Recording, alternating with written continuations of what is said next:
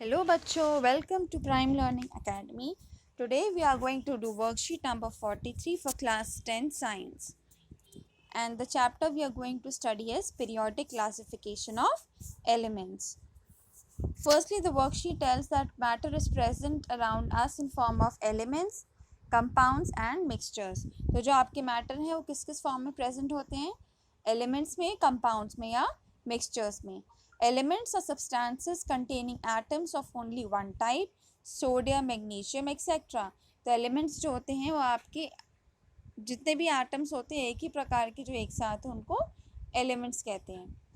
Elements अब तक discover जो है बच्चों वो 118 है और 98 जो है उनमें से हमें नेचर से मिलते हैं that occur naturally. Next is need for periodic classification. What is the need for periodic classification? हम क्यों क्लासीफाई करना हमें एलिमेंट्स को ज़रूरत है? बच्चों elements are classified so that they could be studied easily and in an organise manner. हम उनको आसानी से स्टडी कर पाएँ और वो भी ऑर्गेनाइज मैनर में. और जो सबसे पहले आपके बच्चों एलिमेंट डिस्कवर हुए थे उनको हमने सबसे पहले सेग्रीगेट किया था मेटल्स और नॉन मेटल्स में, धातु और अधातु में. Later further classification were tried out as our knowledge of elements and the periodic tables were increased. So the firstly discovered model of the elements were Dobby-Reiner triad and the Newland law of octave. तो बच्चों हम first model study करेंगे जो सबसे पहले आपका हुआ था discover by Dobby-Reiner, a German chemist. He tried to arrange the elements with similar properties into groups. तो उन्होंने कुछ एलिमेंट्स लिए थे और उनको ग्रुप में सेग्रीगेट किया था और उन्होंने बोला था कि उनकी प्रॉपर्टीज़ आपकी सिमिलर हैं. तो आप देख सकते हैं यहाँ पर उन्होंने क्या बताया था. क्लोरीन और आयोडीन का जो एटॉमिक मास है उनका एवरेज आपके ब्रोमीन के एटॉमिक मास से नियर बाय है. जैसे कि आप एग्जांपल में देख सकते हैं कि जो आपका लिथियम और पोटेशियम का एटॉमिक मास है वो सोडियम के एटॉमिक मास से नियर बाय है. दैट इज़ एवरेज जो है 22.95. ठीक है बच्चों. तो ये आपका ऐसी कैल्शियम बेरियम का एवरेज स्ट्रोंशियम के इक्वल होगा और क्लोरीन आयोडीन का एवरेज मास ब्रोमीन के नियर बाय होगा. उन्होंने ये बताया था डॉबी-राइनर ने. और उनकी क्या सीमाएं थी, क्या लिमिटेशंस थी? He could identify only 3 triad from the elements known at that time and hence the system of classification triad was not found to be useful. बाद में उसको बच्चों कैंसिल कर दिया गया. क्यों? क्योंकि वो सारे एलिमेंट्स को नहीं अरेंज कर पाए थे और उनके रीज़न नहीं दे पाए थे. नेक्स्ट है बच्चा आपका model Newland law of octave. जिन्होंने क्या बताया था कि he arrange the then known elements in order of increasing order of the atomic masses. उन्होंने मास के अकॉर्डिंग बढ़ते हुए क्रम में अरेंज किया जिनको वो ऑक्टेव्स कहते थे. 8 एलिमेंट्स की फॉर्म में.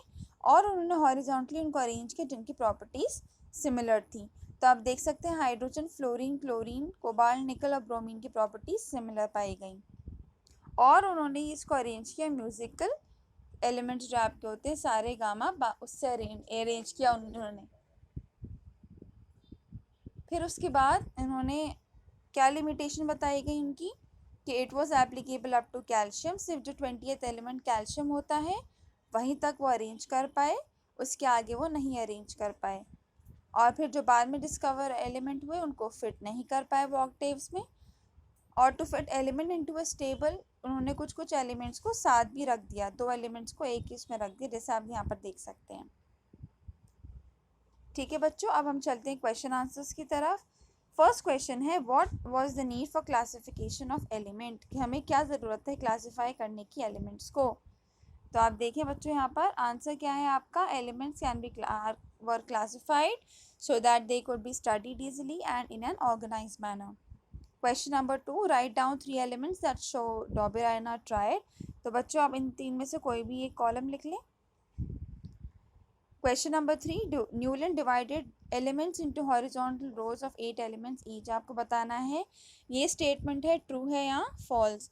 तो आपको पता है बच्चों कि हॉरिजॉन्टली ये होता है और वर्टिकल आपका ये होता है. तो Newland divided elements into horizontal rows of 8 elements each. तो उन्होंने जितने भी एलिमेंट्स थे वो वर्टिकल सिमिलर प्रॉपर्टीज़ में करे थे और हॉरिजॉन्टली इन्होंने अरेंज करे थे। जैसा आप देख सकते हैं, तो जो एवरी फर्स्ट एलिमेंट जो आपका था वो आपका 8th एलिमेंट की प्रॉपर्टी के बराबर था। नेक्स्ट आपका क्वेश्चन है, can following groups of elements be classified as Dobereiner triad. तो आप इसको देखिए कैसे करना है। आपको पता है कि डॉबेराइनर ने क्या बताया था कि फर्स्ट और लास्ट वाला जो आपका है उसका मास बीच वाले के एवरेज मास से, दोनों के एवरेज मास के नियर बाय होगा मास आपका। तो आप देखिए इसको हम कैसे करेंगे। आपको क्वेश्चन क्या दिया हुआ है, फर्स्ट आपको ग्रुप दिया हुआ है। तो आप देखिए आपका जो mass of sodium plus mass of chlorine का एवरेज जो है, आपको पता है एवरेज हम कैसे निकालते हैं, डिवाइड बाय 2 करके। तो उन दोनों को सेलेनियम जो आपका है उसके मास से नियर बाय आना चाहिए। तो आइए देखते हैं इसका मास क्या होगा। सोडियम का मास आपको दिया हुआ है 23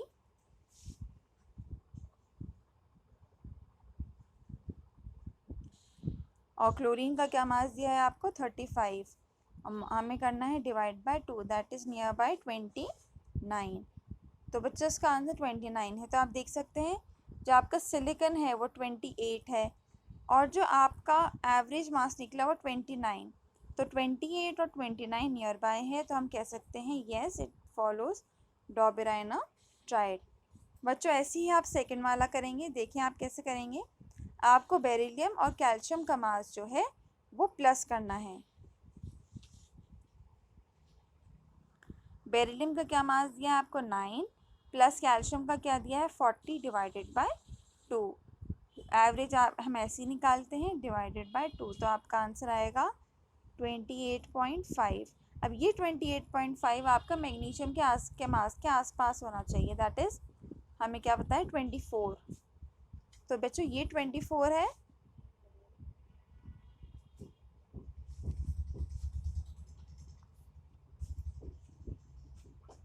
तो हमारा क्या निकला था 24.5।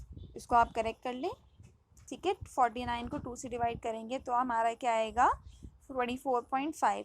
तो बच्चों आप देखेंगे कि हमारा ये जो मास है दोनों 24 और 24.5 जो एवरेज निकला है वो नियर बाय है। तो इसका मतलब यस ये वाला भी डॉबेराइनर ट्रायड फॉलो करेगा।